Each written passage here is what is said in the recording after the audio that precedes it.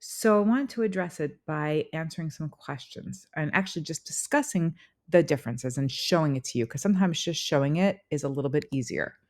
So this is a template that we sell in our store at photoboxdesigns.com. It is a holiday template and it is sized in the aspect ratio of a 5 by 7 card.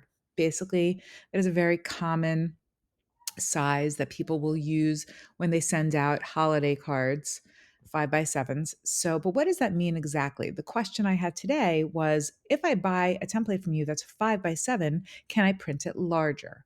Well, yes, you can definitely print it larger. And there's two different things to take into consideration. One is the shape of the card, and the other is the amount of pixels that you have. So let's start off with aspect ratio.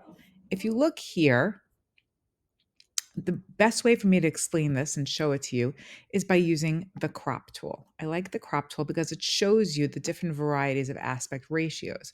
You have a 1-to-1 square, you have a 4 by 5, which is often an 8 by 10, that's print size. You have a 5 by 7, you have a 2-to-3 ratio, you have a 16-to-9 ratio. What that's really talking about is the proportional relationship between an image's width and height. It's essentially the shape. So if you take a look here, right now you can see I'm clicked at a 5 by 7. This is the shape. I'm going to turn this. I'm going to just flip it so that it's 7 by 5. All right.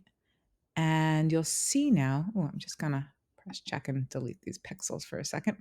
Okay, so you'll see, no, that didn't work. Okay, you'll see that I'm at a 7 by 5 ratio, meaning that my width is 7 inches, my height is 5 inches, right? If I were to click on here and change the aspect ratio, because right now you are a square.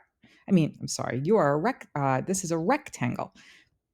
If I were to change it to a 1-to-1, which is a square, that means that you can see now if I were to crop this and press check mark, you'll see, oh, I've cropped it. It's now a square, but of course my template didn't fit inside of a square because, when you crop a rectangle into a square, you're going to be cutting things off.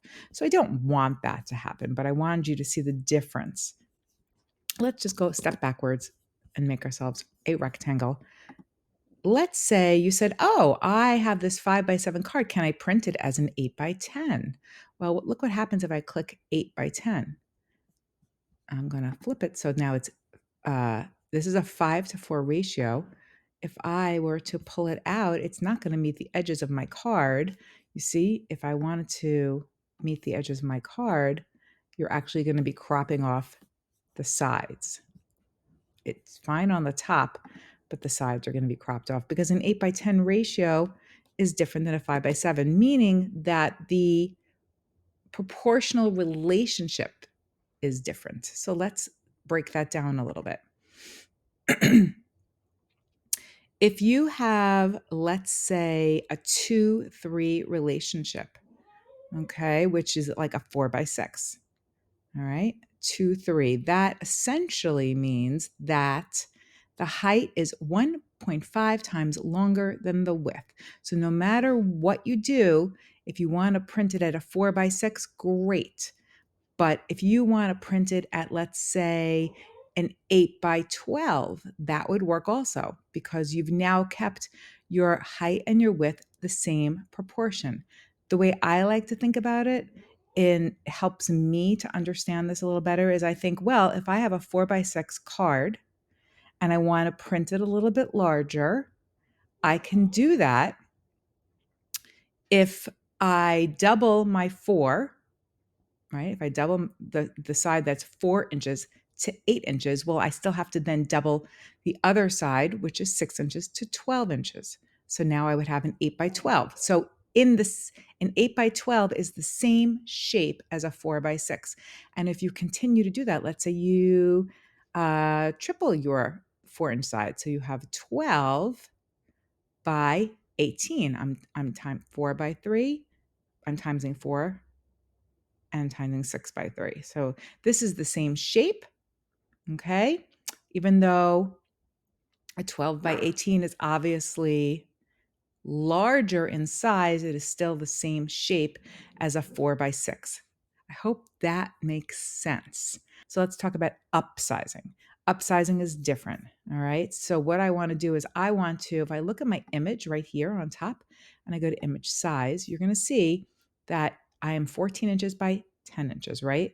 The dimensions are 4,200 pixels by 3,000 pixels. So yes, I actually make this, even though I say that this card is 5 by 7, I'm really saying it's a 5 by 7 aspect ratio, but I have enough pixels here for a 14 by 10 print. You want to make this larger. Okay. So what you would need to do is you would need to you need to upsize this template. So let's say I'm going to go to um, 21 inches. I want to see how it automatically does it.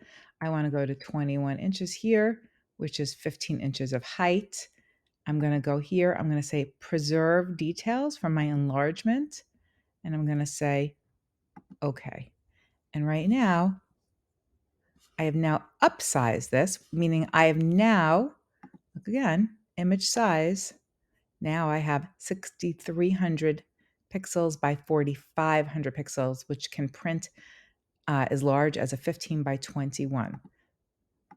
Nothing bad will happen to the template when you upsize it, but my suggestion is to always upsize it before you put your images inside rather than after, because these are mostly vector and text, and so you can pretty much upsize this pretty large before you see any sort of pixelation, but your photos might not upsize as well. So now, my another question would be, well, you know what? I really do want to print this. This is part 3, guys. I really do want to print this as an 8 by 10. Okay. What can I do about that? Because like I said, if I go to my crop tool and I go to 8 by 10, like if you were to take this card and put it into a printer and and put into the printer and you put it in as an 8 by 10 or really a 10 by 8, look what happens. You're going to crop off the edges because it's a different shape. Don't want that, right? So what you can do is this. You can go to your crop tool and you can extend the canvas out. All right. This is how I would do it. I'm extending out my canvas, right? Press OK. This may not work for every template like this, but this is the basic idea. I'm going to press OK. All right. And as you can see now, I have all the canvas is now extended into an 8 by 10, but it doesn't really, the template doesn't really fit well in there. So what you can do is you could take, let's say, all the pieces. Well, the background here is locked. I would unlock the background. That's this layer right here. And I would take it and now I'm going to hold my shift key down. And I'm going to take my background and I'm just going to extend it so it fits the parameters. And now you have a whole another background. All right, you've extended that white part of the background. Great. Now, if you want to make the center part of it a little bit longer or a little bit larger, what I would do is I would take all the layers. I'm just clicking the top layer. I'm holding my shift button down. I'm going down to the bottom layer, except for the background. I'm going to drag them, put them into a folder. Look, see how they're all turned on and off now, right? And then you group them. I'm now highlighting only the group. I'm pressing Command T, which is your transformation tool. I'm going to grab my free transformation tool and I'm going to just drag all of the layers at the exact same time and make them a little bit larger so that I'm pulling them out at the same time. You don't want to go straight to the edges. You want to make sure that your text is not on the edge, because if you go to print it, in printing, they may crop it off by accident. So I always try to stay about a half an inch off the edge. And that's how I would change my aspect ratio with a template. It may not work for all templates because your background may not be as easy to just extend, but that is one way that you could do it. I hope this made sense to you. Hit me up with any questions in the comments or in our Facebook group if you're in the group, and I will try to clarify even more. Thanks for watching.